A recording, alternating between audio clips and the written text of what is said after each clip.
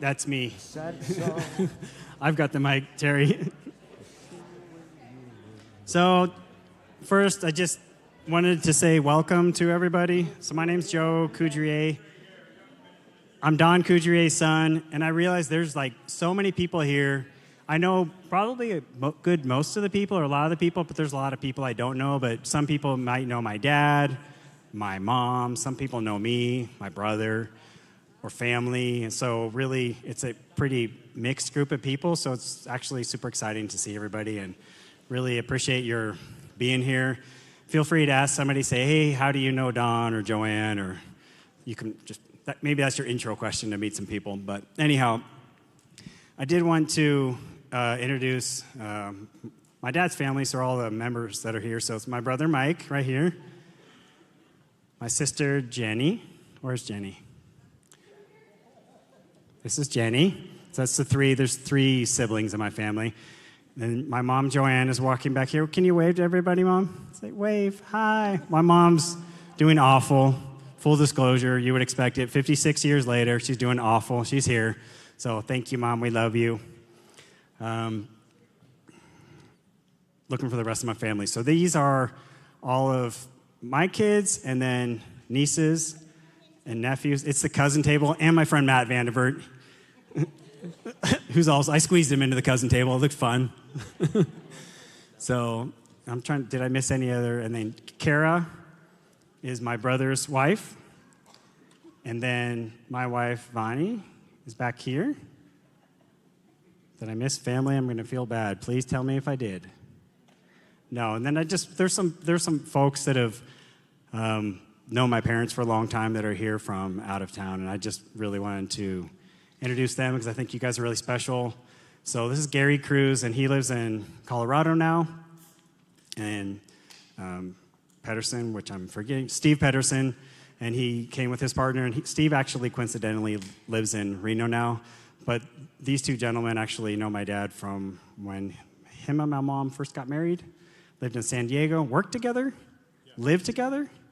I lived with him, and he lived with your mom. Okay, there you go. So it's great. Yeah, exactly. So it's great to have you here. And then Ariel and Jenna are living in Sacramento now, so they also drove over. So anyways, thanks for being here. And some other folks from out of town. I see the Stanleys are here from out of town, and Angelica and others. I might not know everybody, but Brian Nelson, thanks for being here as well. Appreciate it. Yeah, I did forget Greg. Greg's staying with me. Thank you. Greg, where are you? In Posey. I told you to remind me of everybody because I was going to feel awful. So this is my cousin Greg. He came out from Pittsburgh. And because he's staying with me now, I just forget. And my Aunt Posey, who also came out from Pittsburgh. And where is Posey? Posey's back here helping out. So, Mike, please help me that I forget anybody. And Rosie and Terry are here from California and very good friends of my parents. Thanks for being here as well, guys.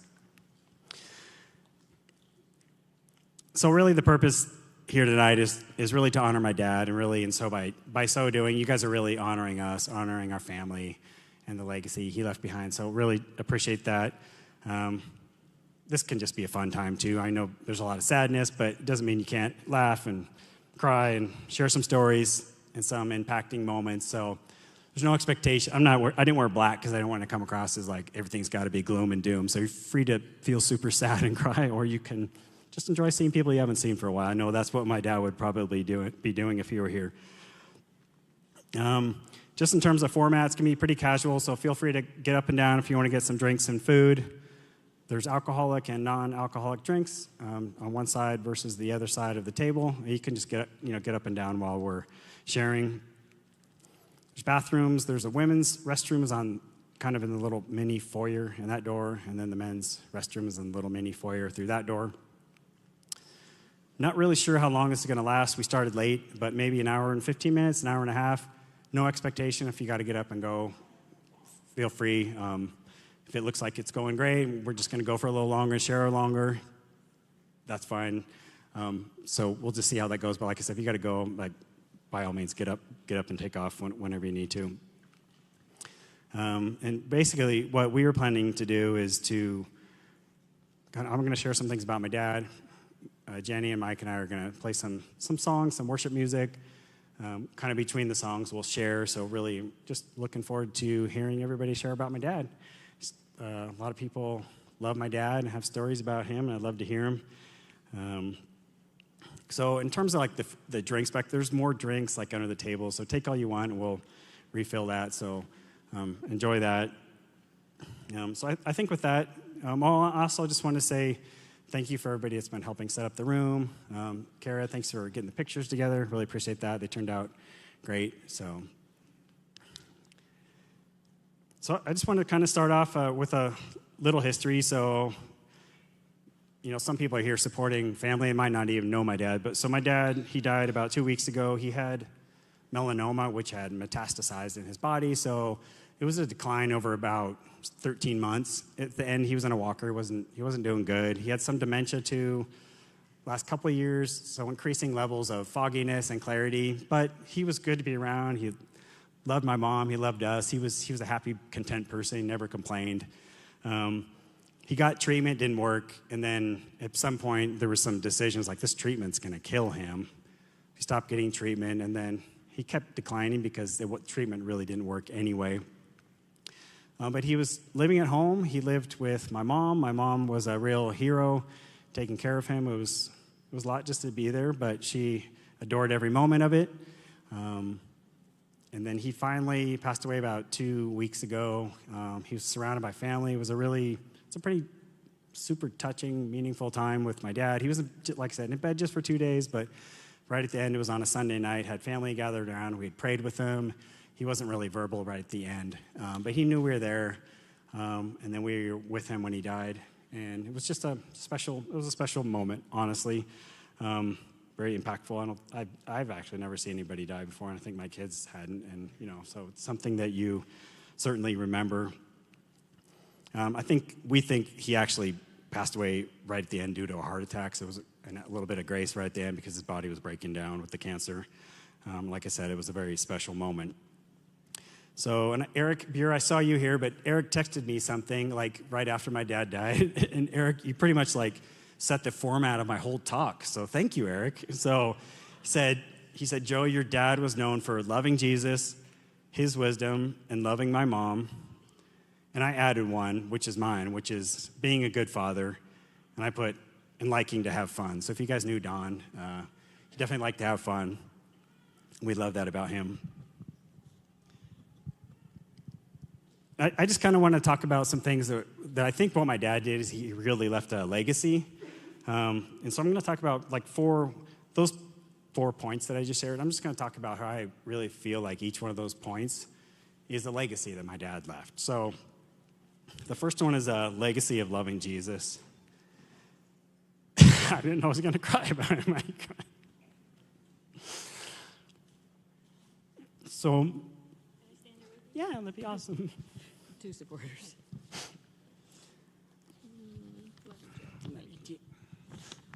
So my dad loved Jesus, but his walk in life and with Jesus and, with the Lord, he was practical.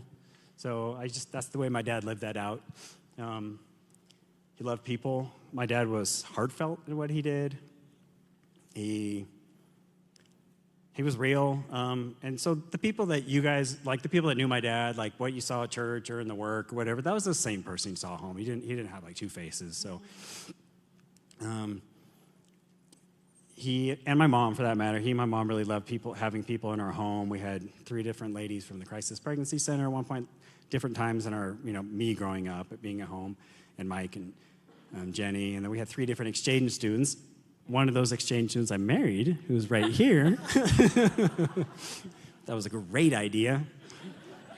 Don't recommend it if you don't want to have your kid marrying someone from another country, then you might think twice about the exchange student. But Can you understand him over there? Good, okay. I told him to talk slower, so. If you need me to slow down, just go like this.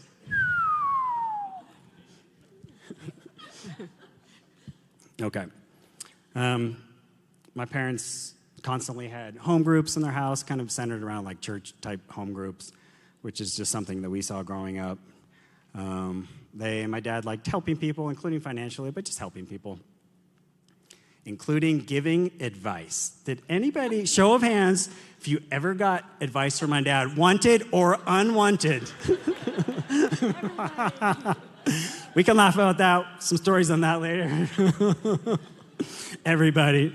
I got advice too, but anyway. My dad had more of the prophetic advice. It's kind of like, this is the way it is if you like it, and if you don't like it, it's the same advice. So. It wasn't the pastoral advice where it came on soft. He just stuck it to you.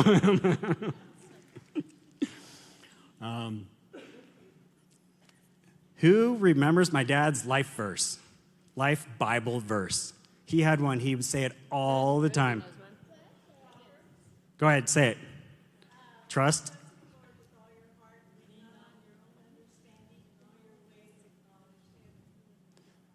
Trust in the Lord with all your heart and lean not on your own understanding. In all your ways, acknowledge him, and he will make your path straight. Show of hands if you ever heard my dad say that verse to you. Wow, I knew it. And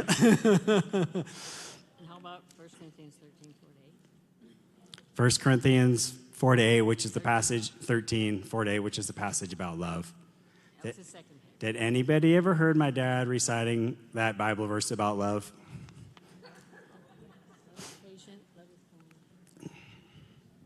Oh, love is patient, love is kind, it does not envy, does not boast, it's not proud, it's not rude, it's not self-seeking, not easily angered, keeps no record of wrongs, does not delight in evil, but rejoices in the truth, always protects, always trusts, always hopes, always perseveres. Love never fails. That was his verse, too. And he loved me that way. He loved me that way. And I love him still.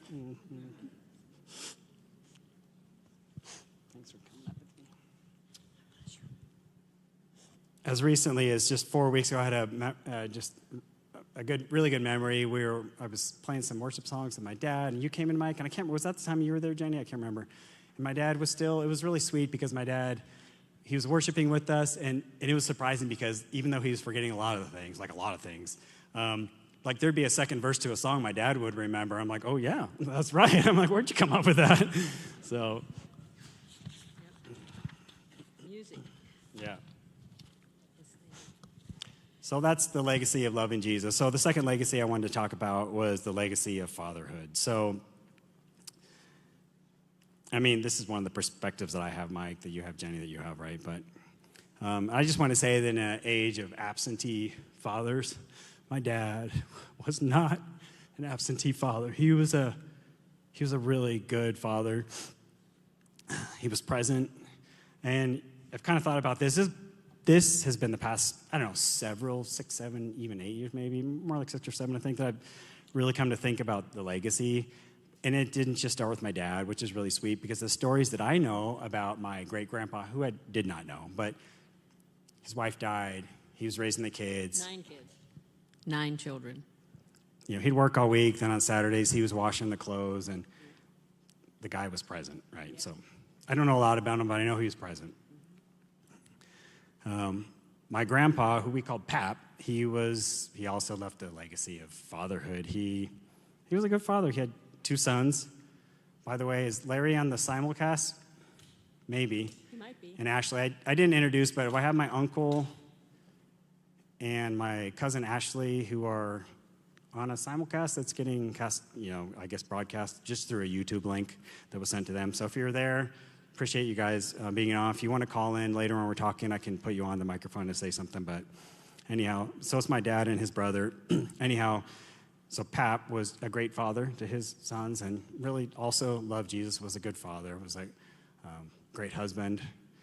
And then now I look to my own dad. My kids call him Pappy. So, Because you're Puppy. Yeah, and I have another similar name that we won't get into. It'll confuse you. This is not a comment about motherhood, because motherhood's super important. A lot of mothers actually have to take on the roles of fathers that aren't present, so I really applaud that. I'm just saying that my dad really left a legacy of fatherhood. There's a couple verses I want to share about God's father heart. So over the next 4 hours, I'm going to do an exegesis on 30 Bible verses. We're going to deconstruct each. Okay, No, that's not true. So I'm going to share one passage and then one verse. So here's the first one.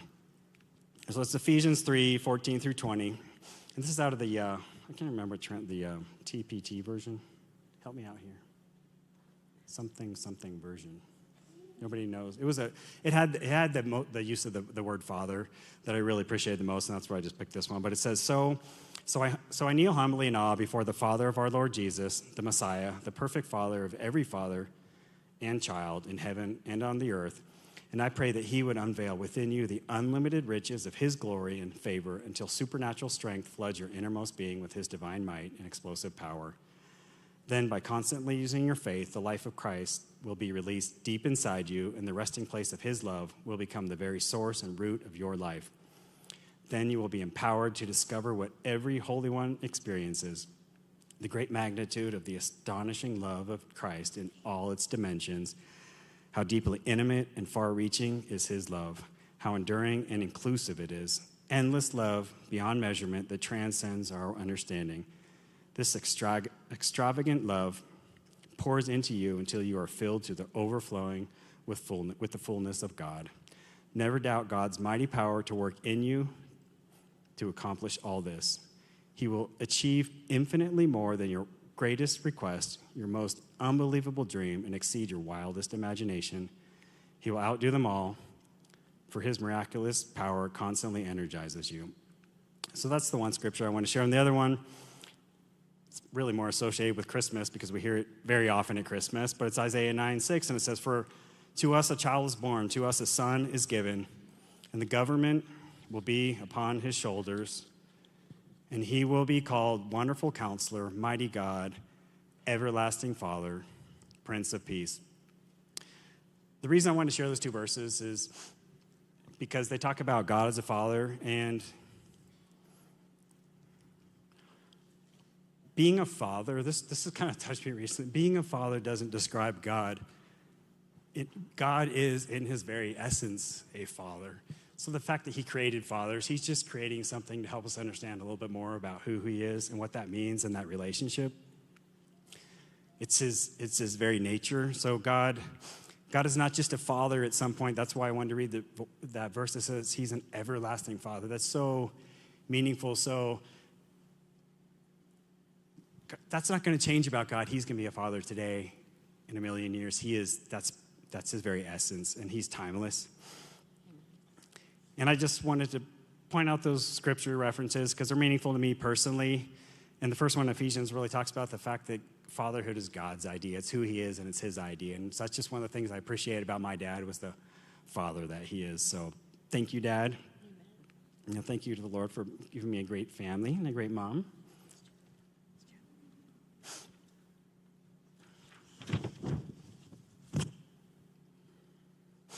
So I'm thankful to my dad that he helped to guide me toward knowing my Heavenly Father and modeled what a good father looks like.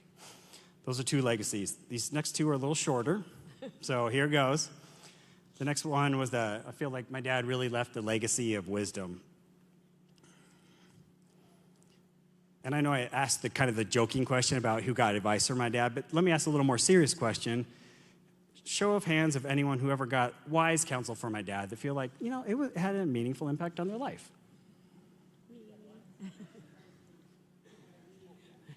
Thank you. Here's a funny one, but it's kind of deep too. Show of hands of anyone who ever got wise counsel from my dad, but didn't see it as wise until later on. Okay.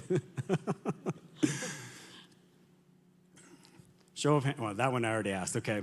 I actually, there's something my dad did one time I remember. It was when I first job, and I had sick leave and all that, but I hadn't been working that long, and I was in bed. I had called in sick. I'm like, I can't come in. And I was still living at home at the time because I was just, before I got married, and he comes into my room. It's like 9:30. He's like, what are you doing in bed? He's like, your employer doesn't want you to be sick and not show up. That's not, get to work. I'm like, huh.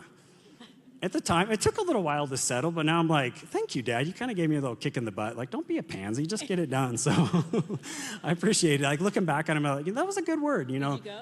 I did, yeah. That wasn't a comment on COVID and what's right or wrong. That was just a comment on my dad. Okay. And the last legacy. He changed on that, though. When he was manager, if anybody came in sick, he sent them home. Oh. Okay. I have to think that through. Now you're like scrambling my whole everything I ever learned.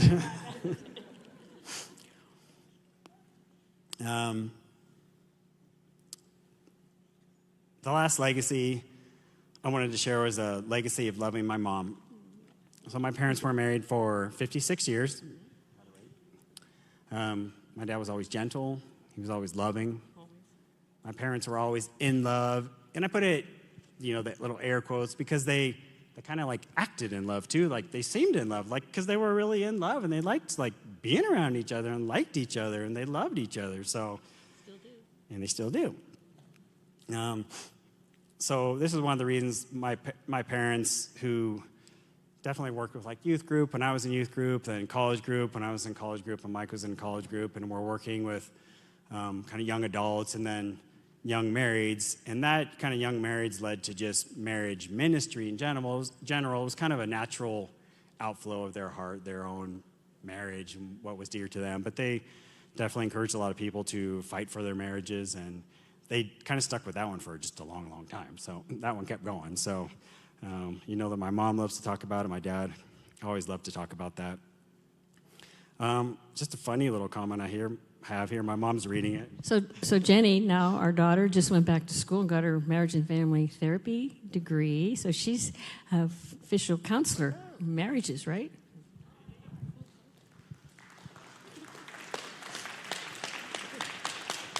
Woohoo!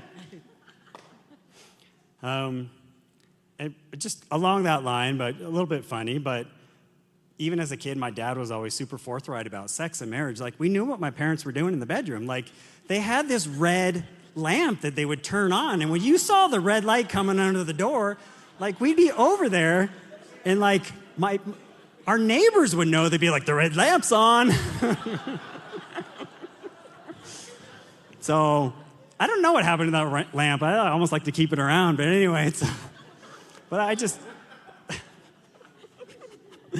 say it as a funny thing, but it's a really good thing because it was natural and it was healthy and it set a good example, and a good laugh too. We can talk about it now. You want to talk about the red lamp, Mike? No. Okay.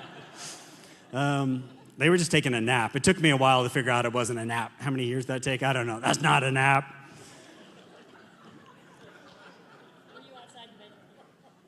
Just a few times we were outside the bedroom door. Maybe once or twice. It was more like when we figured it out, we're like, no, we don't want to be around there. Okay. No, we were definitely not outside the bedroom. We were like happened, but it was not a general, like, reoccurring theme by any means. So, yeah. Okay. Moving on from that one. So, just my dad was gentle until the very end, and that's something my mom just really appreciated about him. Even with what he was going through, he never complained. I mentioned that already, but he was just never complained. He was loving, didn't get angry, and he prayed a lot, so it was very sweet. So I just wanted to extend just the personal invitation that if any of that resonated with you, that my family loves Jesus, my dad loved Jesus. There's nothing more that he would love than for people coming to his service, just to know that. I just encourage you, if you're at that place in your life and you feel God touching your heart, stick around afterward. Come talk to me, talk to my brother, my sister, my mom. There's some folks that go to church here, like Pastor Tom. I see him back there, Pastor Dave. Come talk to us. We'd just love to walk you through what it means to live a life walking with Jesus. So that's just a personal invitation. I'd love to talk to you anytime about that, in fact. And with that, I just we're going to play some songs, then we're going to take a little break and just have people share. So.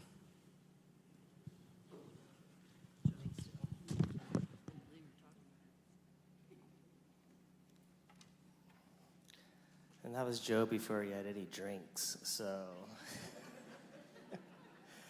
I was telling my sister, I love my brother and sister, but this is like my dad too, which is really cool. He speaks the truth, and he's just, it's uncanny. So thank you, Joe, for leading that. That was very, very, very nice. Thank you.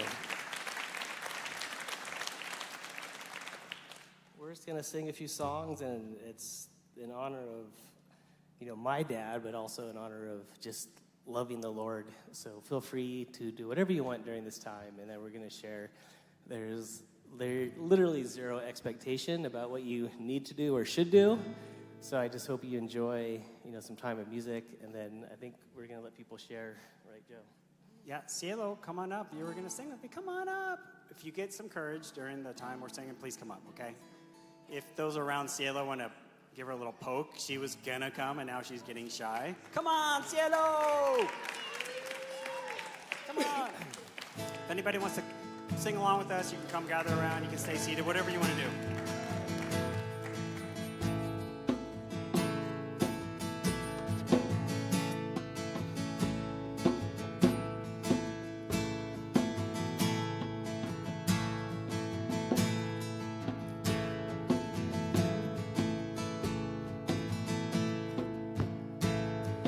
I've heard 1,000 stories of what they think you're like, but I've heard the tender whisper of love in the dead of night, and you tell me that you're pleased and that I'm never alone. You're a good, good father. It's who you are. It's who you are. It's who you are. And I'm loved by you. It's who I am. It's who I am. It's who I am.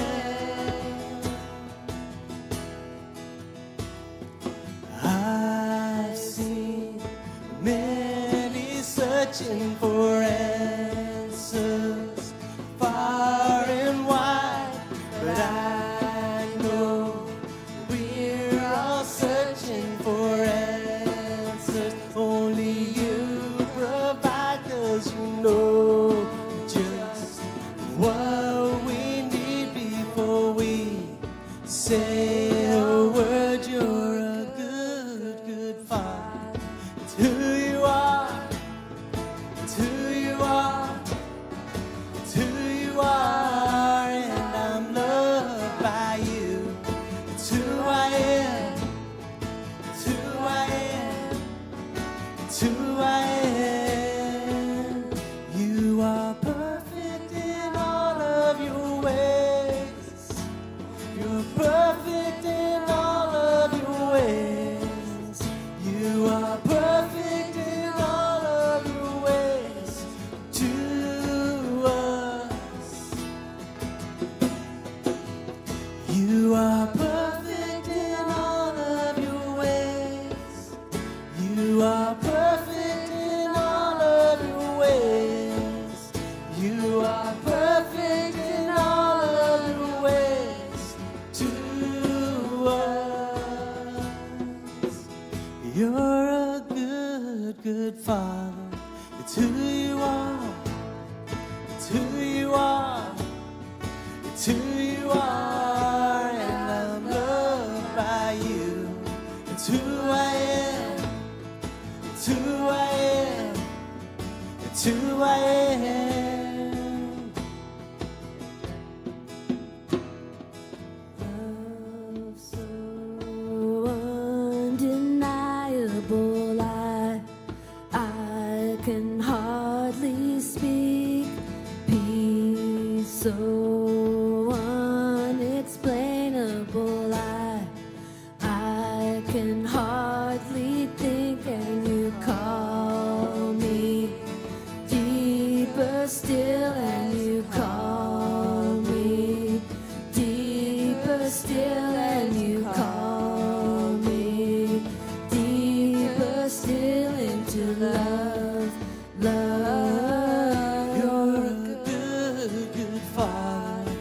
who you are. It's who you are. It's who you are, and I'm loved by you. It's who I am. It's who I am. It's who I am. You're a good, good Father. It's who you are. It's who you are. It's who you are, and I'm loved by you. It's who I am. It's who I am. It's who I am. You're a good, good Father. It's who you are. It's who you are. It's who you are, and I'm loved by you. It's who I am. It's who I am. It's who I am.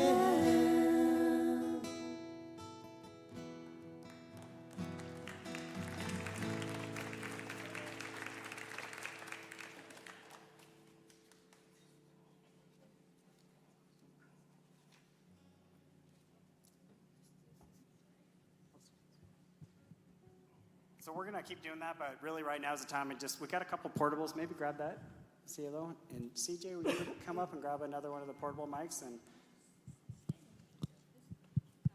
yeah.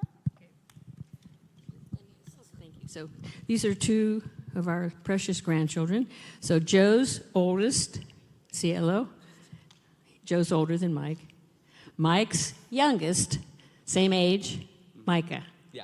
Interesting, huh? Joe said, you waited too long. I waited too long, Mom. You're going to be tired out by the time our kids are ready to take on vacation.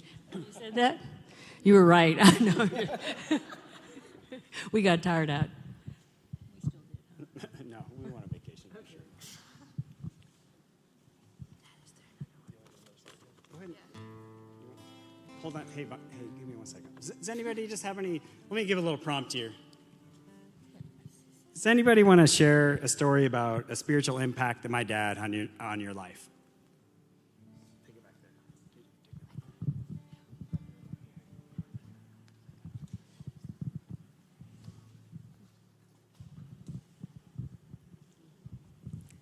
there. Okay, I can't believe I'm going to share this. Christine Allen Sump. We were in many marriage groups with the Coudriets, and okay, so since you were brave enough to share the red light story, we had to go to Oklahoma for 2 months with all 4 of our kids, and we were in a 1-bedroom hotel. And the Coudriers are like, oh, that's not healthy for your marriage. You know, you guys need to have sex. And so they called us when we were in Oklahoma to keep us accountable that we were having sex during those 2 months. So sex accountability partner? Yes. Yeah. Wow. Yeah. So it was very important to them. We learned a lot of great marriage advice, not just that area, but just And Don is super generous. I don't know, probably you don't know the story, but he gave us his old trailer that you probably guys camped at Central California. Anyway, so this trailer, we traded it for a hot tub, a lot of good conversations in the hot tub. But the long story longer, it's like I finally put it together because there was a red light in the trailer. It's like, what is this? It's like, no. I know. Love you, Don.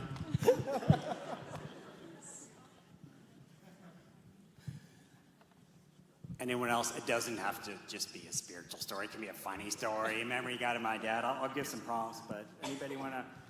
Gary, do you want to share anything? Or Steve? Yeah, I don't know. I'm really just honored to have you guys here, and maybe just want to share something about what you remember about my dad. Or Sure, I'd like to remember one thing. When I met Don, and that was 56 years ago, I couldn't get over how in love he was with Joanne. And throughout their whole life, you couldn't think of Don without thinking of Joanne, or think of Joanne without thinking of Don. They were together. They were truly one. And I always remember that.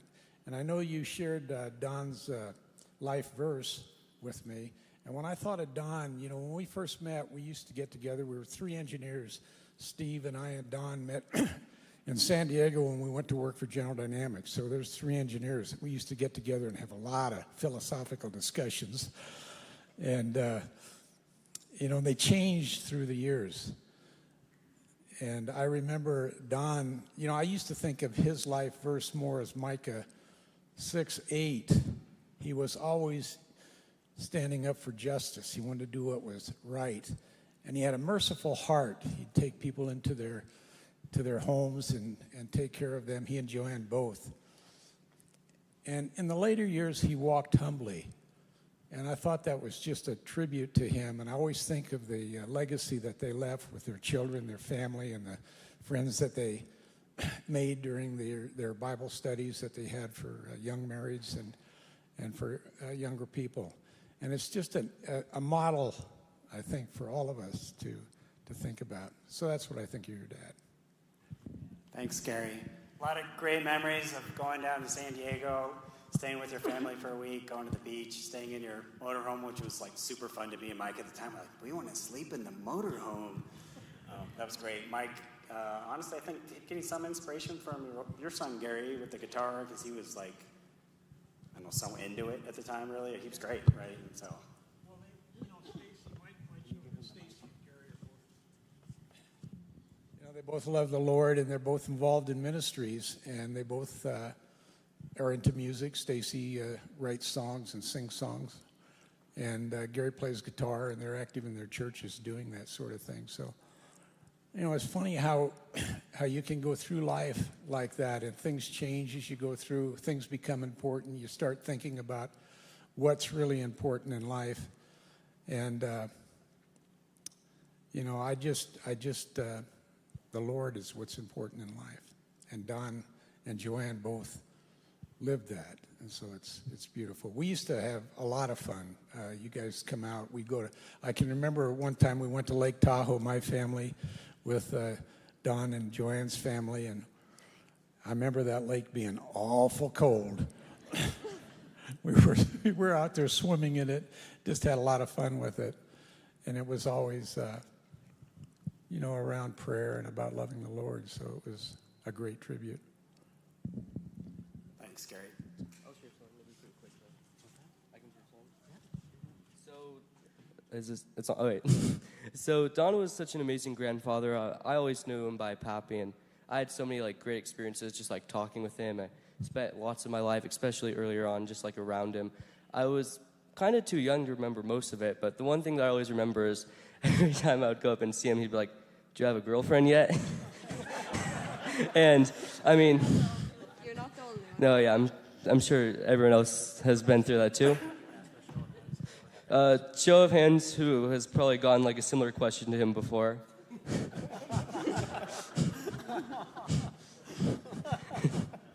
But yeah, I mean, he was a very, romantic person. I would say he definitely rubbed some of that off on me. I don't know if it's like hereditary genetic or if it just kind of, I spent so much time around him that... You seem romantic, Mike.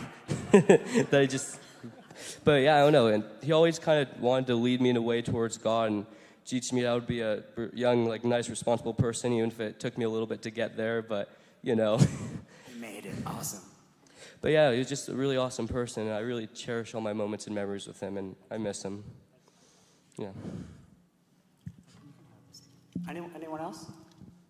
Teresa. I work with Teresa and Carrie. Thanks for coming, you guys.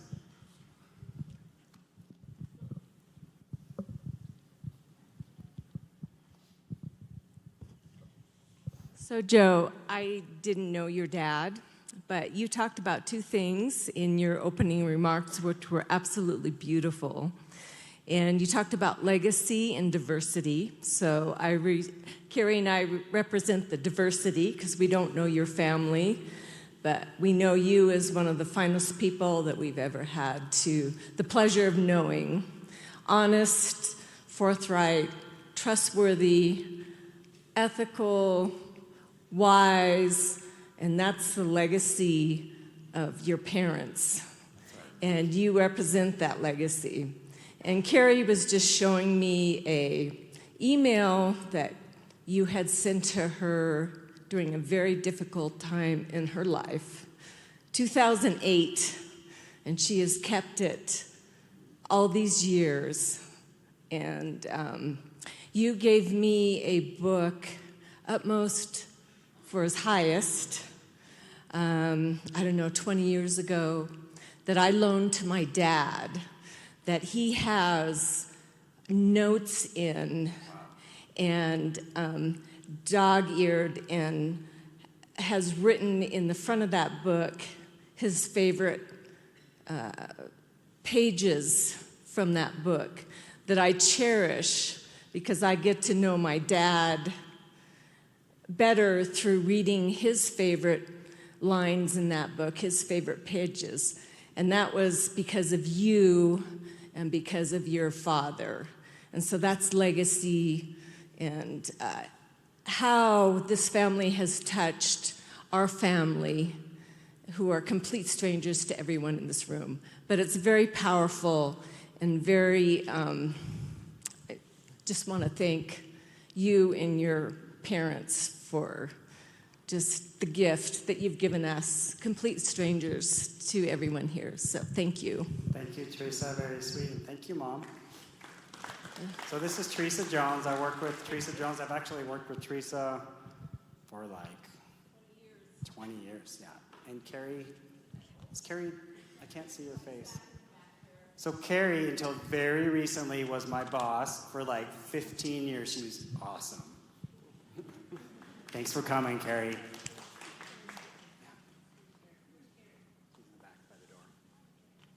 Somebody else have the mic, want to share, please? I got the mic, but my name's Tom. 1982 was a very hard winter for my family. We were brand new in town. We didn't really know anybody. My wife had an accident. Her knee shattered in 13 pieces. Today they would cut it off and give you a new one. Those days, they had to put every piece back together. And then she had 2 spiral fractures. And we had a 5-month-old. My job took me out of town, could call me away in the middle of the night, and it was just a very difficult time. One evening, there was a knock on the door. I went to the door. I did not know who was standing there, but there was this redheaded lady and a guy with her holding a guitar. And they said, "We've come to sing to you." That's what they did. They came in, they had heard about our story and what we were going through, and they came and they served. And then Joanne would come later, change diapers, wash floors, and that just began a time. It grew over the years as they worked with marriages, but there's one thing that Dawn did that is just goofy. And I know there's hundreds of things that was goofy. Thousands of things. But Dawn liked wine. But he never had a glass of wine that came from one bottle or box. He always mixed them. Somehow or another, he felt that was better. We went up to Tahoe to have dinner with a special couple, and I said to my son, I would like to take them a really nice bottle of wine. I know nothing about wine. My family says to me, when they come in for dinners or something, here's the bad stuff, it doesn't matter for Dad. But we had this expensive bottle of wine. And this couple had Dawn and Joanne there. And this $150 bottle of wine, Dawn took and mixed it with whatever was there. I'm going to add something onto that, Kara. Do you want to tell it? So in the later years, he started adding every type of sweetener and syrup to the wine. It's like the wine wasn't good, but let's put some honey in it. Oh, let's put some of this agave in it. Oh, how about a little bit of this? Well, Kara was going to bring the stuff to mix in and honor my dad. She forgot. But anyway, the thought's still there, so we can laugh. Once he actually put like honey in his sparkling water.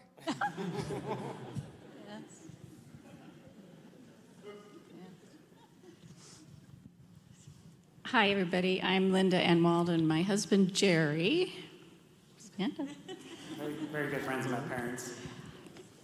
So a lot of this has already been said. Sorry that I'm going to be repeating, but so I thought about maybe 3 different adjectives I might use to describe Don, and anyway, I came up with 3 that start with F and 1 starts with T. Okay, so Don Coudriet was friendly. Don never met a stranger. Wherever we went, the market, the pool, the hot tub, the pickleball court, or on the trail, invariably Don would strike up conversation with someone he'd only just met.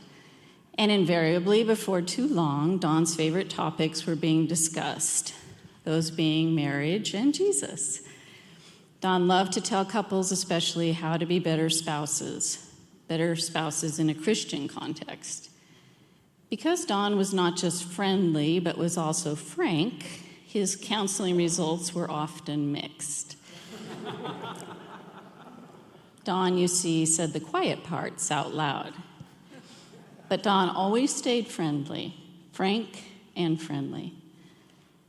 Don Coudriet was faithful. Don was a faithful Christian.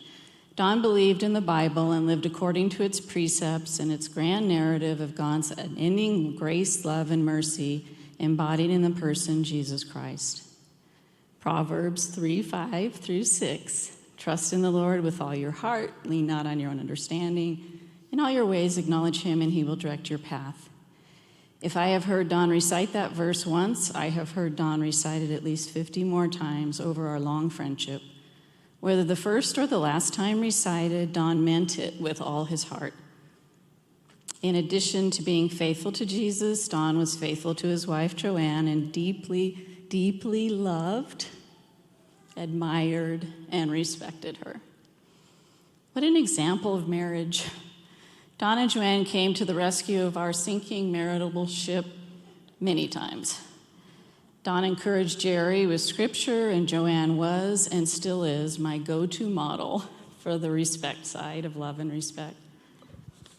Don Coudriet was fun-seeking. We've already talked about that.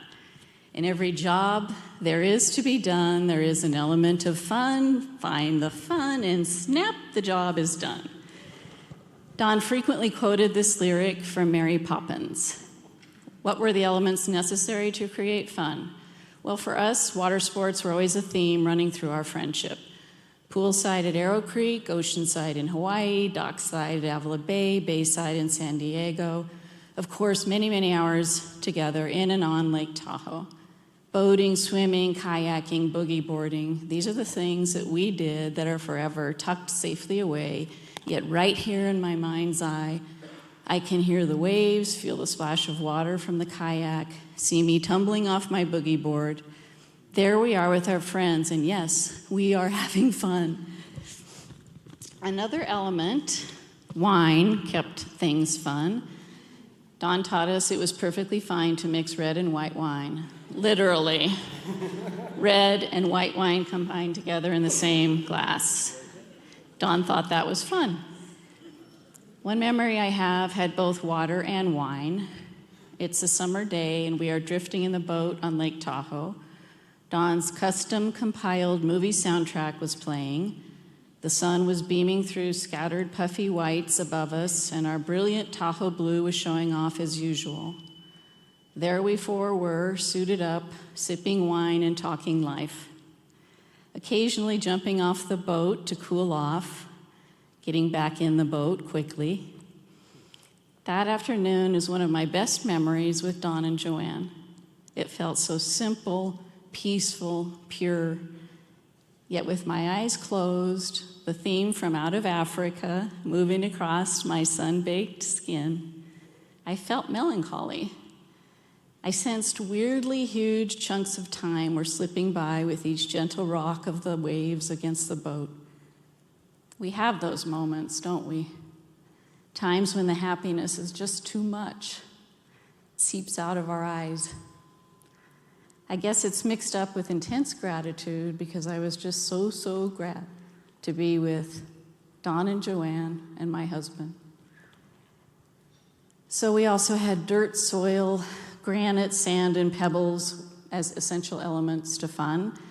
We spent many, many hours on the trails around Lake Tahoe walking and talking. Don loved to talk.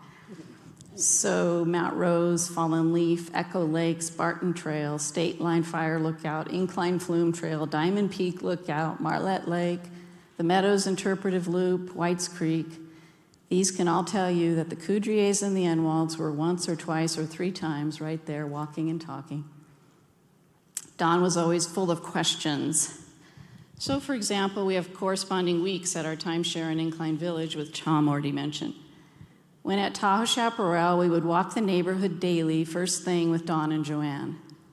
And inevitably, the guys would get ahead of Joanne and I, which was fine. They talked guy talk, we talked our talk. But I can see Don's steady gait up ahead on that Bavarian-themed neighborhood walk. Styria, Zurich, Tyrol, all steeply uphill. Don's cotton shirt unbuttoned and waving loosely by his arms, walking and talking next to Jerry. And I can see Don turning around pretty often and calling out, "Joanne, Joanne." I can hear him saying her name. Don needed his touchstone. There was something Don needed to ask Joanne. "Yes, Donald." Walking together in Hawaii, Don was always the fearless leader who believed that signs saying "keep out" didn't really mean it. No trespassing was code for "come on in." Consequently, we had fun exploring wild places together and found out lesser-known beaches on Kauai and the Big Island. No place was ever off limits for Don. And this brings me to my last Don was. Don Coudriet was tenacious. Don never gave up. If there was a plan, his plan, to be clear, it would eventually happen. Don invited Jerry and I to the couples Bible study at RCF at least a dozen times before we wandered in at last, worn down, one Sunday about 20 years ago. Don was just impervious to what most folks would take as rejection. But I'm glad that Don never gave up on us. And we never did graduate from that course with Don and Joanne. There was always more for them to teach us. I am so sorry to lose the Don half of Don and Joanne Coudriet, but I know, we know, that Don is not in a better place. He's in a perfect place. Don is having more fun than could ever be imagined, praising, singing, strolling through eternity as only Don can do, getting all his questions answered, and one day he will turn around and say that name that was so often on his lips here, Joanne. And they will be together again, and we will be together again someday.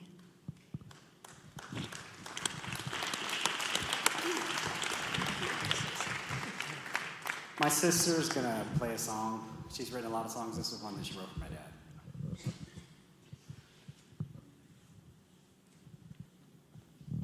Thanks everybody for sharing. It's so touching just to hear how my dad impacted everybody in different ways, and it just feels really good. It's like that good pain, kind of like Linda described. It's like more of it, but I miss Dad, you know. So I just wrote this song last week, and I just wanted to just share it with you, just a little bit about me and Dad. And it's to Dad. It's called "You're My Dad."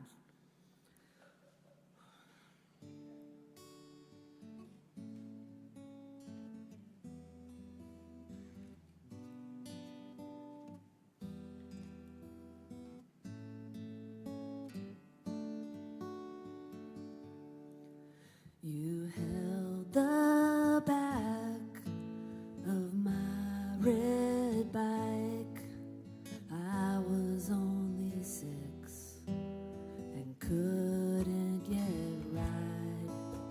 When I look back, you had let go. I was riding on my own. Hang on a second. This is in honor of my dad. I can do this. It's too low. I'm going to put it up higher. Okay. Okay. You held the back of my red bike. I was only 6 and couldn't yet ride. When I look back, you had let go. I was riding on my own. You sang with me and taught me harmony. I would sing out loud and you would sing with me. You played piano while I would play my flute. We made music together. You're my dad. We cut softball many nights in the backyard. I remember a few times I hit the van. You helped make me who I am. Oh, you're my dad. I saw your love for Mom, it was so strong. You loved to joke around and play along. Family meant a lot, the ties are strong. Ooh.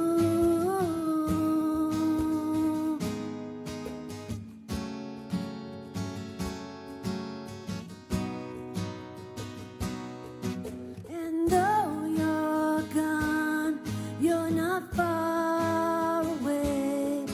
I'll hold you in my heart always. I know we had our differences and sometimes not agree, but I love you, Dad. Your love stays with me. You're my dad. We caught softball many nights in the backyard. I remember a few times I hit the van. You helped make me who I am. Oh, you're my dad. I saw your love for Mom, it was so strong. You loved to joke around and play along. Family meant a lot, the ties are strong.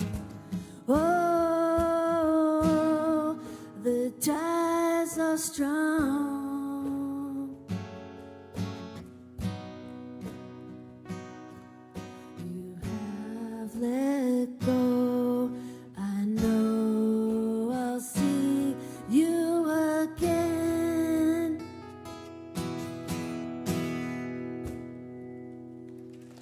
Love you, Dad.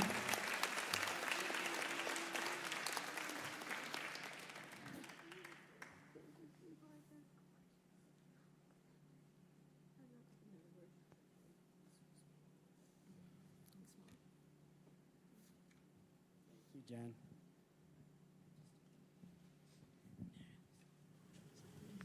I can talk into this one. Thank you, Jen. That was a tearjerker. I don't know if you guys heard that one line. It said, "We caught softball many nights in the backyard.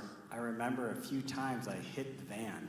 So, throwing the softball past the fence and hitting the side of the van. So, no, that's great, Jen. Thank you. That's sweet.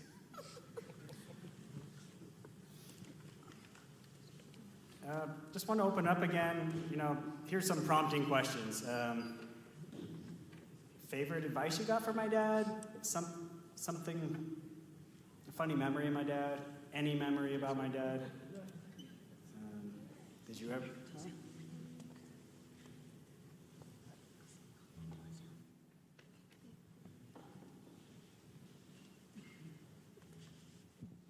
Hello. And can I just do a quick introduction? So is this thing, yeah, there you go. This is Tom and Sue Stanley. Hello? Hi, Sue. That'll come on in a second. I think he's going to turn you on in the back. Just thank you for coming here from Texas, and definitely spent a lot of time with the Stanleys. And I even think that part of that book, My Utmost for His Highest, came because of the influence of you guys, so as well. My parents, but you guys as well. Yeah, I'm Sue Stanley, and this is my husband, Tom, and we live in Texas now. But we have known the Coudriets for probably 40 years, I would think. And I need to say something about Don. He saved my life, sort of. I had to have this course on economics in order to teach school in Nevada. I know nothing. I can balance my checkbook just fine. But economics and I did not get along at all. And so I studied so hard for the midterm that I was able to get a B just with the multiple choice questions. I couldn't answer any of the essay questions because I don't understand economics. So I was talking to Don about this, and I said, Don, I've got to write a paper, and I have to teach this through this concept of economics through this paper. And I said, I can't do it. I don't understand it. And he said, I'll write it for you. Now, this isn't the Christian thing to do, I know, but he said, I'll write it for you. I said, Don, no, thank you. So he wrote this wonderful paper. I got a B on my midterm. He got a B on his report. And so the final exam came, and the professor said, well, if you have a B in the class, you don't have to take the final. So I went running to Don, and I said, Don, we got a B. I don't have to take the final. So anyway, he saved my life so that I was able to teach. Anyway, he's a wonderful man, and wonderful Joanne, too. And Joanne and Don and Tom and I shared a love for high school and college kids. Thank you, Sue. Okay, so my name is Jody. Jody, and I hate being in front of people, and I hate talking in front of people. But I have to say, the Coudriets, including Don, are always the Coudriets to me because their family was so close. And it never mattered where I was in their home. They were always around each other. They were always laughing. They were always having fun. And they were very supportive and caring. The kindness that came from them really helped with some things that I was going through at the time. In our group that we were a bunch of college-age kids. I was probably the oldest out of all of the group and came into it kind of late. But everyone there treated me great. As the years kept going, everyone kept getting married, everyone kept going off and doing things, and here I was still in my same place. And Don had kind of tried to help push me out of the nest because it was really hard to leave this group that I had been a part of for over 10 years. So, sorry.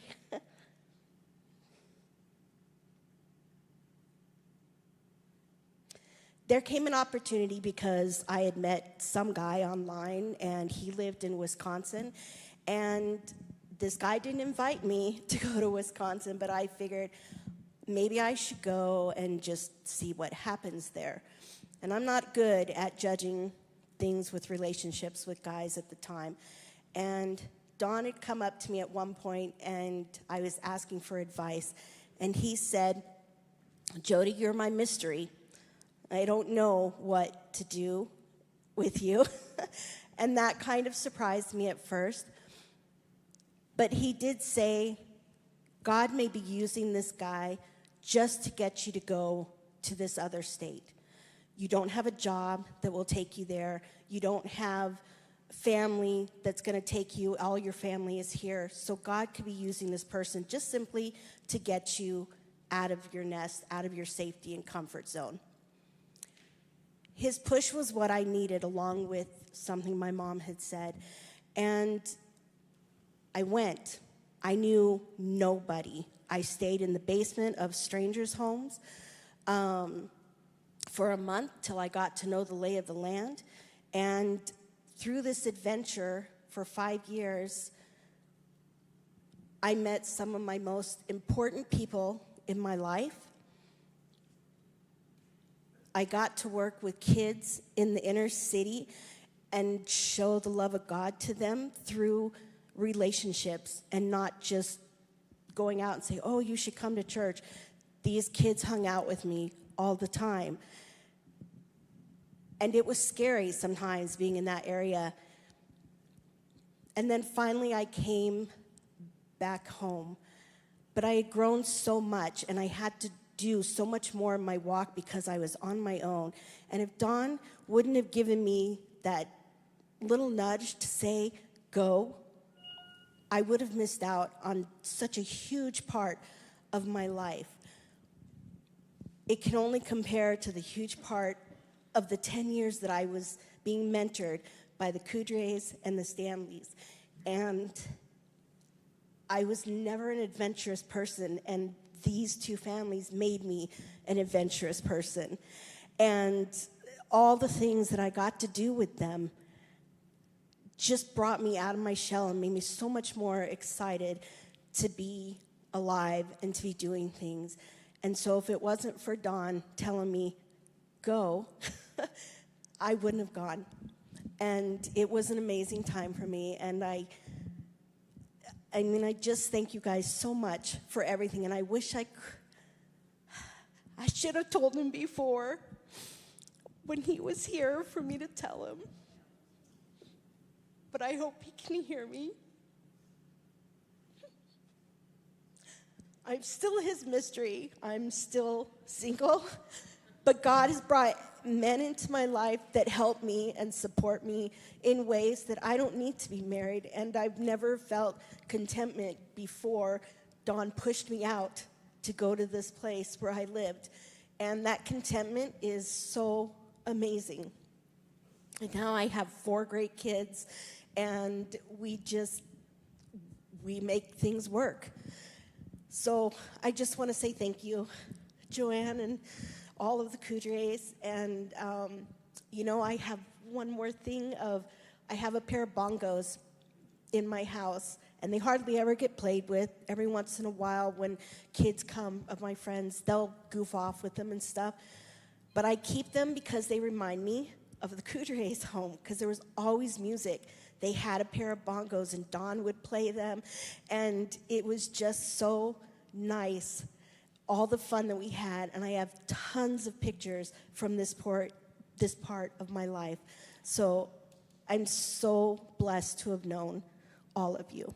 Thank you. Thank you, Jody. Sorry for texting and answering the phone while you were sharing. My dad's brother I was trying to get him on after you were finished. So my dad's got one sibling. His name's Larry. Larry and Barbara were here visiting maybe 4 weeks ago, not very long ago. Anyhow, and Larry couldn't be here today, but I've got him on phone. I'm going to put it on speaker. Larry, are you there? Yes, I am. I'm going to put this on the mic and see what happens. Yeah, and I would say, Joe, if the microphone doesn't work, perhaps I could speak in your ear and you could simply repeat my words. Can you guys hear it? Is the microphone working? It seems to be working, Larry, so I'd say go for it. Okay, here we go. I will speak clearly and slowly. Thank you, my nephews and nieces, for putting on such a beautiful tribute to my brother. You yourselves are a real testament to the man he was to raise such a beautiful, loving family. As you who know me closely would know, I'm very tied into music, and I was quite touched by watching all of you bring beautiful songs in praise of the Lord, in admiration and love of your Father. And Jenny, I really love the song you wrote. It was so heartfelt and so personal. And I just want to say hello to everybody there, and thanks again, Joe, for putting on this event. Okay, thank you. Thanks, Larry. Appreciate that. Feel free to call back if you have something else you want to share. Yeah, sure. Okay. Okay. And Ashley, if you're there and want to call in, I know you had some meaningful words to share. Possibly you can do that if you're listening on the video.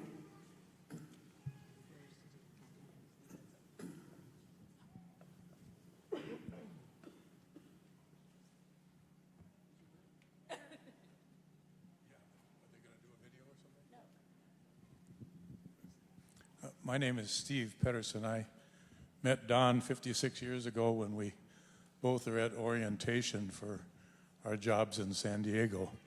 And Gary was also there. Don was engaged to this beautiful lady, and the first day at our job we decided we better get an apartment so that we had a place to live. So the three of us went scouting out for an apartment, and Gary and I found one, and we became roommates, and Don found one that he was going to share with his beautiful bride. And then he took off and went back to Pittsburgh and got married. And next thing we know, here comes Don and Joanne. And I remember Joanne, she was so time period perfect, meaning she had her little hat on, she had her white gloves on, and that was the first image that we ever had of Joanne as she walked up the stairs, and Don was showing her their new apartment. Of course, Don didn't have any plates or knives or forks or anything, so Gary and I loaned him 2 of everything so they could have their little love nest, I guess. Would be I didn't see a red light at that time, but we didn't need to know. We knew all about that stuff anyway. So we've known them for the longest time, and the family that they raised, I'm so impressed. Over the years, I haven't had a chance to see you guys very often. A few times when you were younger, a couple times when you were teenagers, I think. But other than that, I haven't really seen much other than what Don and Joanne would tell us periodically when we would visit them. And you are so musically impressive, just like your dad. Don was incredibly good at different kinds of music, and I can tell that he's left that with you guys. But I have one challenge for you that I'd like to find out about. There was a song that Don used to Dream? Sing to me just about every time. Sing Dream to you. we would get together. He'd pull out his guitar, and in his absolute best a cappella falsetto voice, he would sing, "I like bread and butter." And I don't know if any of you in the room have ever heard that song. Terry. Maybe some of the older folks have. The younger folks probably not. But look it up on the internet. You can get, I know Jenny did that a little bit earlier, and you can hear it, and you can hear the falsetto voice of the singer, who I couldn't remember the name of. But every time I saw Don over the 56 years that we knew them, he would pull out the guitar and he would sing, "I love bread and butter." And he would sing it with his falsetto voice. Yeah, he would do it just like he did the first day I met him when he was like 21, 22 years old. And he kept that through his entire life. So I want to know which of you can do that. Because I would love to be able to hear that again. I'll work on it. From one of you. I ruined my falsetto at a youth event, like screaming for like one day, and it like never came back. So pray for me. Okay, well, that's my challenge to you, is that one of you comes up with the ability to sing that song. I'd love to hear it again. Bread and butter. Okay. No, that sounds fun. At the end, it was If I Had a Hammer. That was my dad's go-to song for the last 2 years. Anybody ever hear my dad singing If I Had a Hammer? It's a family tune. Rosie and Terry, do you guys want to share anything? Love to hear from you.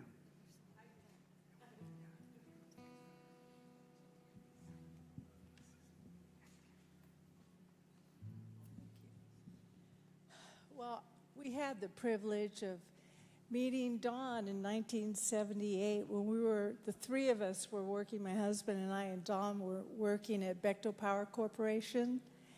And you had asked about, Joe, about something spiritual that Don had done for us. And I believe at the time he had been sharing with Terry about the Lord. And I came up to Don. He knew Terry and I were dating, and he had asked me, how were you raised? And I said, well, I was raised Catholic. And being Catholic, knowing guilt, Don, having been raised Catholic, knew the exact words to get me. He said, if you were to die today, where would you go? Heaven or hell? And I didn't answer because it took me aback because I knew at the time I wasn't in the church and I wasn't walking with the Lord. And that opened up the door because God was using Dawn to touch me, to open up my eyes, because Terry and I then, we moved into a new neighborhood, and the neighbor across the street, whom I didn't even know, we were unpacking, she walks into our house, and she starts talking to me about Jesus. And at first I felt threatened because as a Catholic, you know, you don't go there. And she said, well, do you have a personal relationship with Jesus Christ? Because I knew the Trinity, but I didn't have a personal relationship with Christ. So at that moment, she said, let's pray. You want to get on your knees and let's pray and ask Jesus into your life. I didn't even know this woman, but I did it. And so Terry said that one day when he was working across from Dawn, he noticed Dawn had a book open. And he looked and he goes, what are you reading? As an engineer, you're curious. And Dawn goes, I'm reading my Bible. And Terry goes, whoa, I don't want to disturb you. And so my husband thought at the time he was an atheist. And Dawn said, God loves you. And that changed my husband's life. So, That's sweet, Rosie. Thank you. we've been walking with the Lord ever since. And we developed a close relationship with Don and Joanne since then.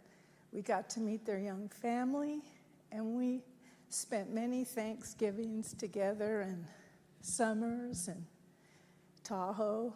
And because of them, we got a timeshare, 2 timeshares in Tahoe, because Don kept on for 11 years. When are you going to buy a timeshare? And we finally did it. But he did always have a song in his heart. He and Joanne always sang. And he loved Joanne with all his heart, with all his soul, with all his mind, and with all his body. What a great example. So thank you. Thanks, Rosie. I have a lot of amazing memories with you guys and Comanche and the time you got snowed in over Thanksgiving and then stayed extra long at our house. That was a couple times. Yeah. It's like, when are these people leaving? So Dale, Thank if you. you hold on, maybe we'll do a song and then just jump over. You want to hold on 1 second?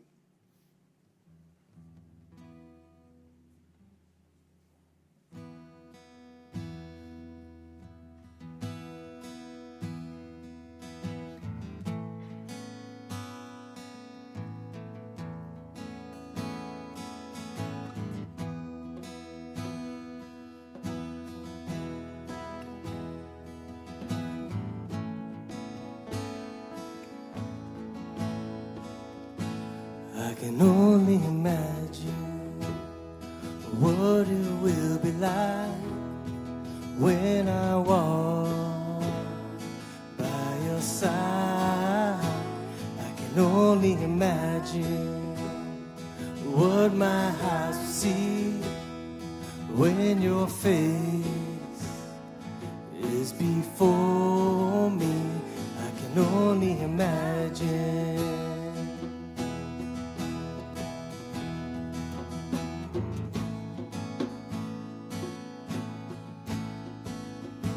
I can only imagine what it will be like when I walk by your side. I can only imagine what my eyes will see when your face is before me.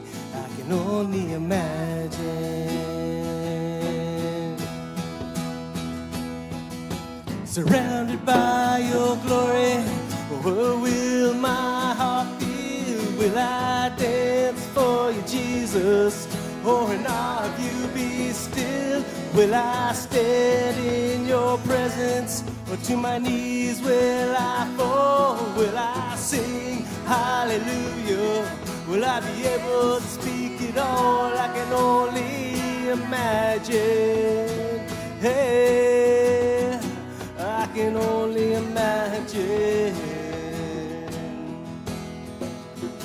I can only imagine when that day comes and I find myself standing in the sun. I can only imagine when all I will do is forever worship you. I can only imagine. Surrounded by your glory, oh, will my heart feel? Will I dance for you, Jesus? Or in awe of you be still? Will I stand in your presence?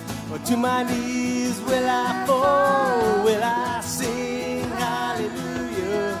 Will I be able to speak it all? I can only imagine. Yeah, I can only imagine. Surrounded by your glory, what will my heart feel? Will I dance for you, Jesus? Or in awe of you be still? Will I stand in your presence? Or to my knees will I fall? Will I sing hallelujah? Will I be able to speak it all? I can only imagine. Yeah, I can only imagine. I can only imagine. I can only imagine. I can only imagine.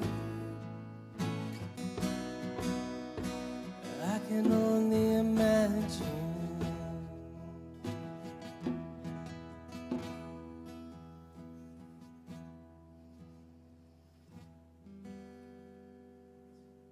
I think Dale's going to share something with us. Can you raise your hand, Dale, so CJ can see you? Awesome.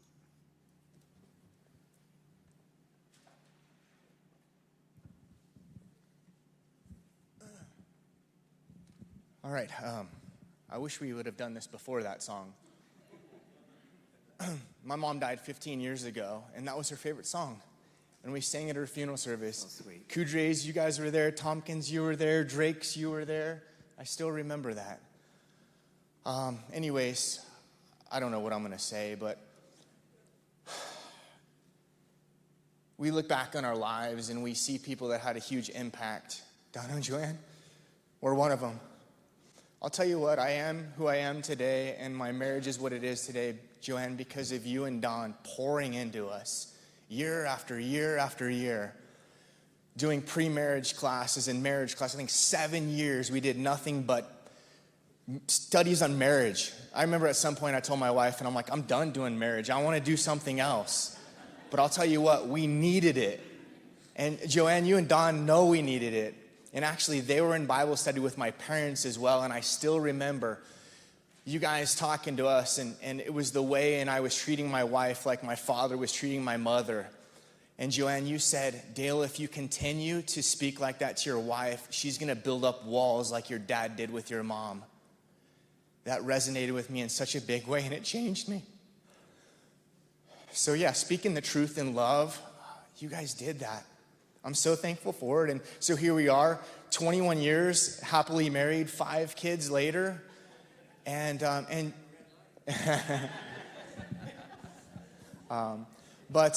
thank you guys so much for being a part of our life and the impact that you guys had. I remember actually after, I think, that 5th year of after we were married, still doing marriage studies, I told Jenny I'm ready for something else. And I felt kind of bad because it was like for 7 years, nothing but once a week studies with you guys. And Jenny's like, you know what, Dale? It's time for us to continue to practice what they have taught us. We don't need Don and Joanne weekly anymore like we did in the future. So we have a strong foundation in our marriage because of you. Talking about this heritage and legacy passing on from generation to generation. The relationship with my mother and father stopped with this generation, and what my wife and I are demonstrating in our marriage to our children is what you guys taught us. So huge impact. Don, I don't know how many of you guys know, but Don actually married us. He didn't officiate it, but he married us. That was such a sweet time too. What else can I say? Oh, another thing I thought was really interesting, kind of back to the red lamp. It's interesting how many of our stories are similar. You guys will say one thing, and I'm like, oh, I thought we just knew that part of them. But Don and Joanne, we're the same with everybody, from what I come to understand. But I remember in those pre-marriage classes, and we were studying, I'll just say intimacy. And we would break up, it was men and women, and Don got together with the men, and he's like, I just want to let you know that that intimacy, it gets better. And I thought, here we are, like young guys, early 20s. It's not going to get any better than this. And Don was serious. And I still remember back to that day over 20 years ago, and I'm like, is that true? And again, it is true. And the reason why is because that intimacy, again, the two becoming one flesh. And after you become one flesh, it's not just physical, right? It's emotional, it's spiritual. That 3-stranded cord is not easily broken. And I can tell you now, that was true. What else do I have to say? I know there's more, but thank you guys so much. Joanne, Don, we love you guys. Jenny, seeing you here, you hardly know me, but I can tell you that with the time we spent with your parents, they love you. I remember them praying for you and speaking to you, speaking about you so much to us. And what a great family. I mean, all of the Coudriets. One more verse that I was thinking of. I know you guys said Proverbs 3, 5, and 6. I heard that 100 times. Don often quoted 1 John 1, 9 too. I don't know why. I know I needed it, right? And that is, if we confess our sins, he is faithful and just to forgive us our sins and cleanse us from all righteousness. Every time we got together for prayer, we'd be praying that. And I'd be like, really, Don, again? Yes, we need to constantly confess our sins. But the verse that I would say, Joanne, is true of you guys in your life is Ephesians 5. When I look at the love that Don had for you, you guys know this verse? Husbands, love your wives as Christ loved the church and gave himself up for her. I saw that in Don, Joanne. He loved you. He gave himself for you. And I strive to do that in my marriage every day. And I remember Don saying that, hey, marriage isn't like 50-50. It's 100-100. When your other spouse doesn't want to give 50%, or you still got to give the 100%. It never stops, never ceases. So really thankful for that impact. Great to see all of you guys too. Haven't seen you guys in years. Ecclesiastes says it's better to be in a house of mourning than a house of feasting, because you remember those things of greatest importance. Remembering these special memories, the impact people had on our lives. And just looking looking at all of you guys. Jerry, even, we, in Don and Joanne's group at RCF, I remember you guys, and you kept Don on his toes too. I remember that. You challenged him early on. And I'm great to hear that you guys spent a lot of really good times together, because I was thinking, I don't know if I could have as much grace with this guy as Don did. So I think the Lord used you in his life to sanctify him. But anyways, love you guys all. And yeah, again, really thankful for Don and the impact he had on our lives, on me, and on all of us. So to God be the glory.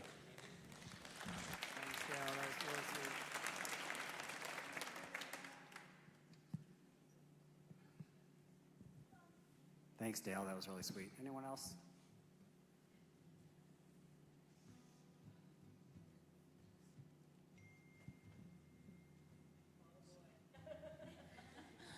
I'm not going to stand up because Elijah's too comfortable.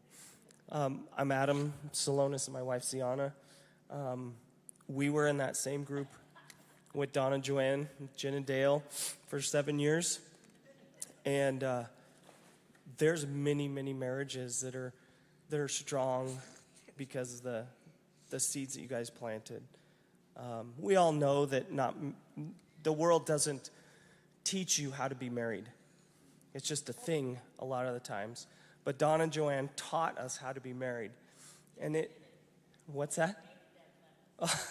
I did. Don and I would butt heads big time.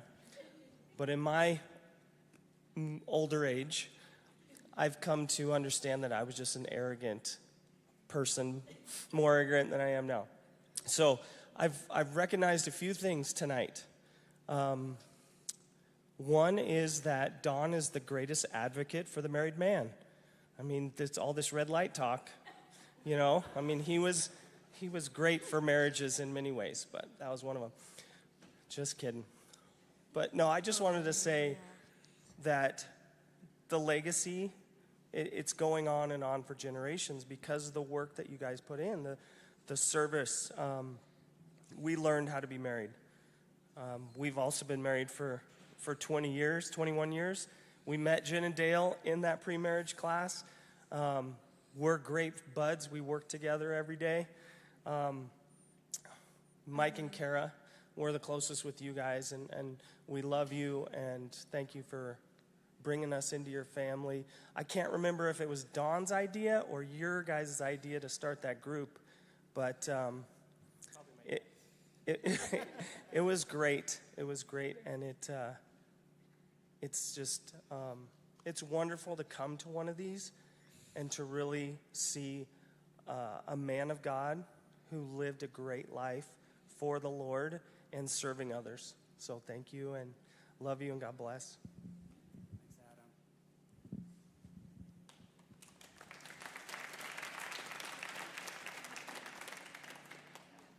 I think we're gonna do one more song, close it up. Just something a little bit funny here. Show of hands if my dad ever got you to buy a timeshare, to buy a royalty trust, to buy something in the stock market. Okay, yeah. I missed a couple, but SNL. Who was in the SNL game? My dad. SNL game.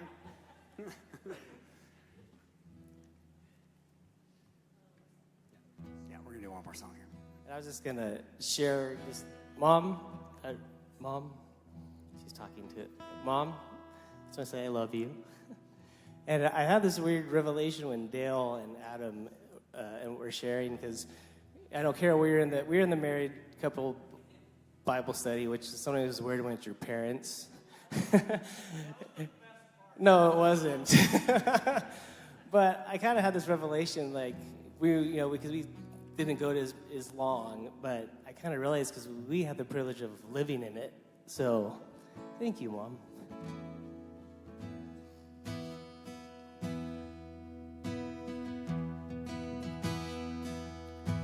Open the eyes of my heart, Lord. Open the eyes of my heart. I want to see. I want to see you. Open the eyes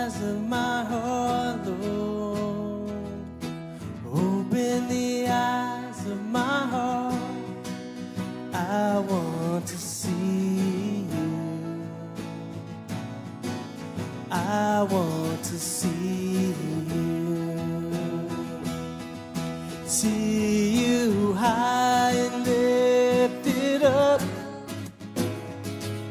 shining in the light of your glory.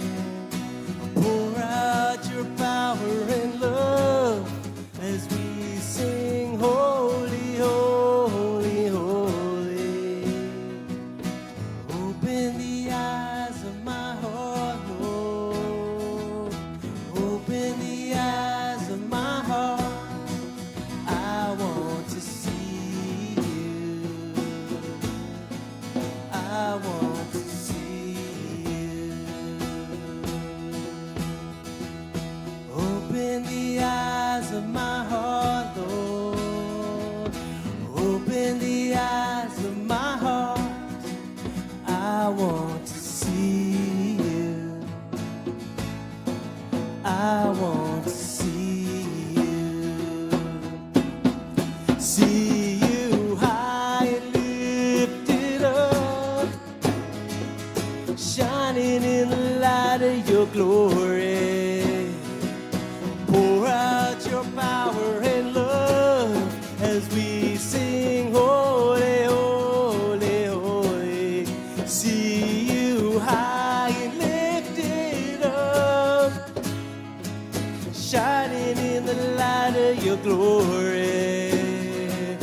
Pour out your power and love as we sing, holy, holy, holy.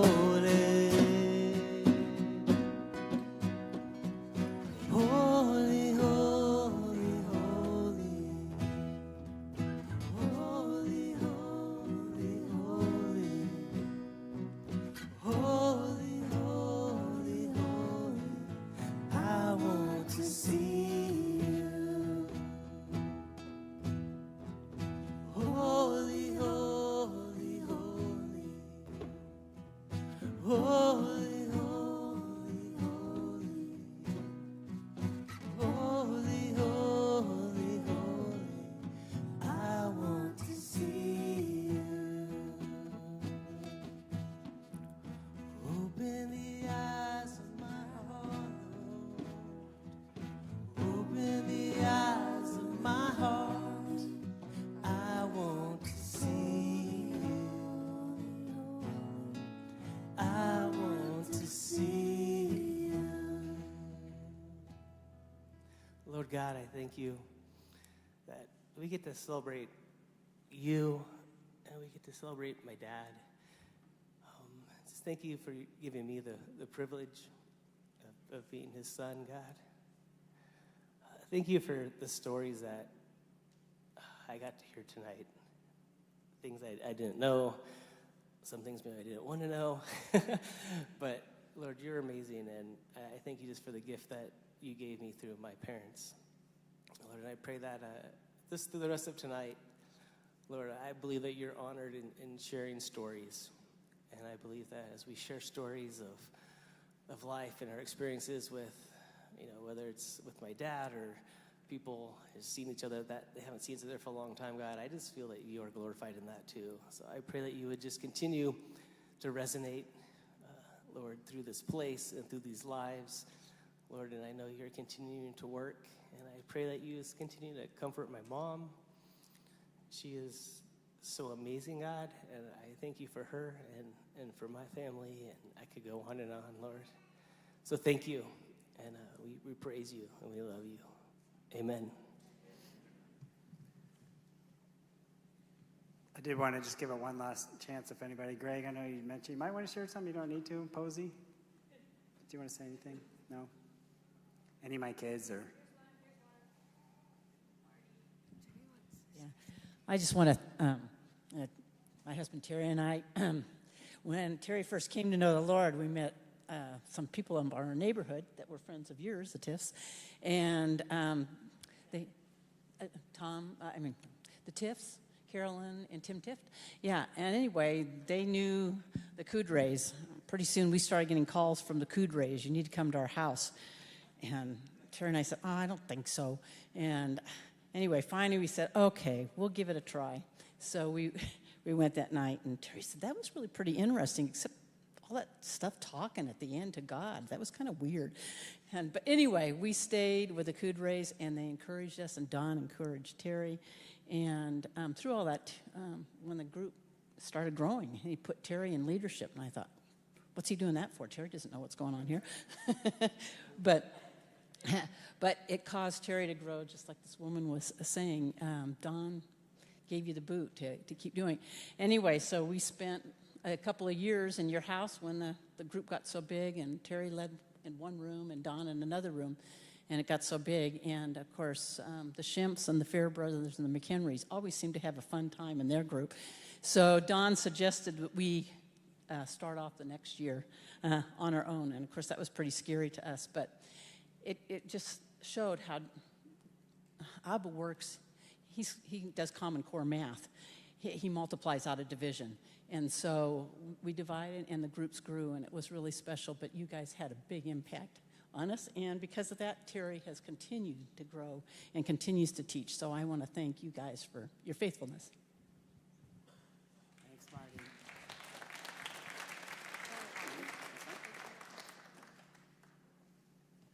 I think we're about at that point. You better be really eager and get your hand up really quick, or we're shutting her down. So everybody, it's been just an honor. Thank you for honoring us and my dad. Oh, we did have somebody. Bill, come on down. Hey, yeah, I've known you guys for quite a while. Bill Osgood. Sorry my wife can't join us. Joanne, you and Don were always just such beautiful, easy people to talk with in every different season. Coming back from the mission field for us, or pastoring in different places in different seasons, we could just jump right in, rather crashing at your house when we're homeless, serial abuser of your hospitality all over the place. But Mara and I would always say we could just jump into real life with you. We could share heartache, we could share joy, we could share reality. It was just easy to go deep.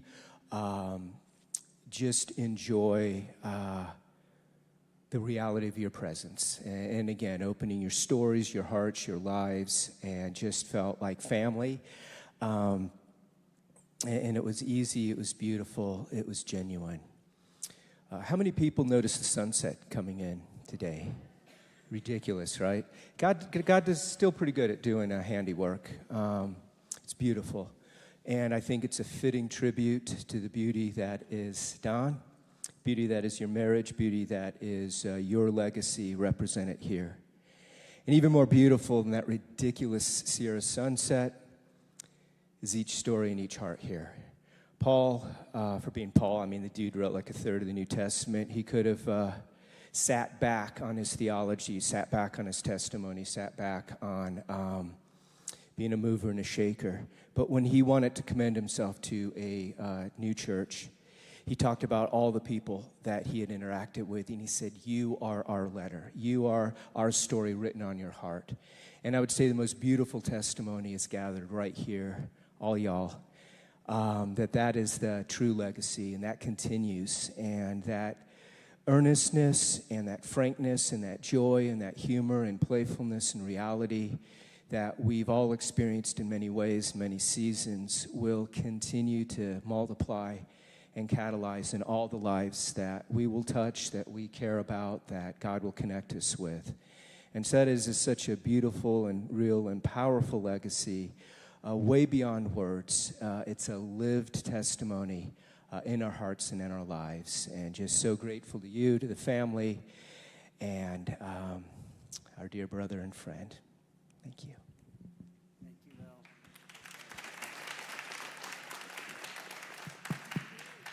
So, Matt, I see Matt.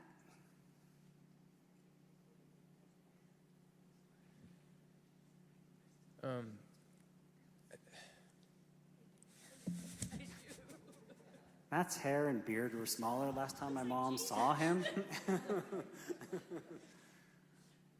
Joanne, I just thank you. What you and Don gave to so many of us was so good. And the love I've had in your home and my family was real. really meaningful. And I know I'm here talking first, and I see some familiar faces. There's so many of us that had so many wonderful moments with your family in your home, and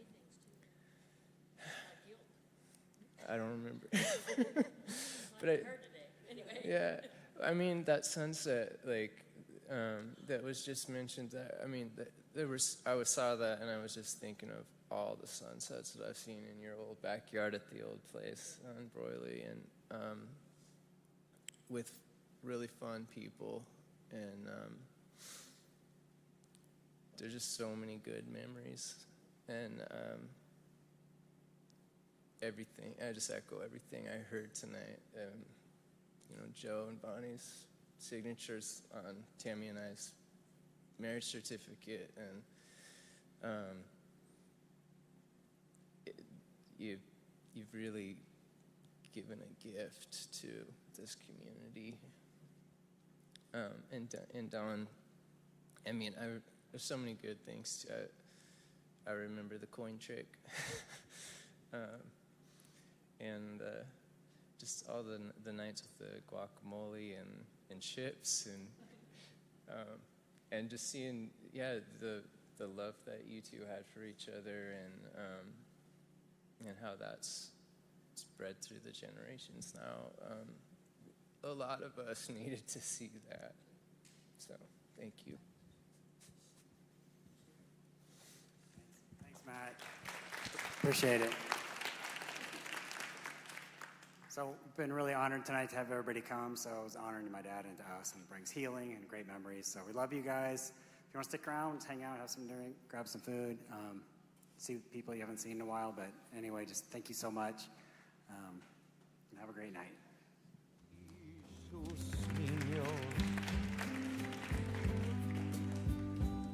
Canta lì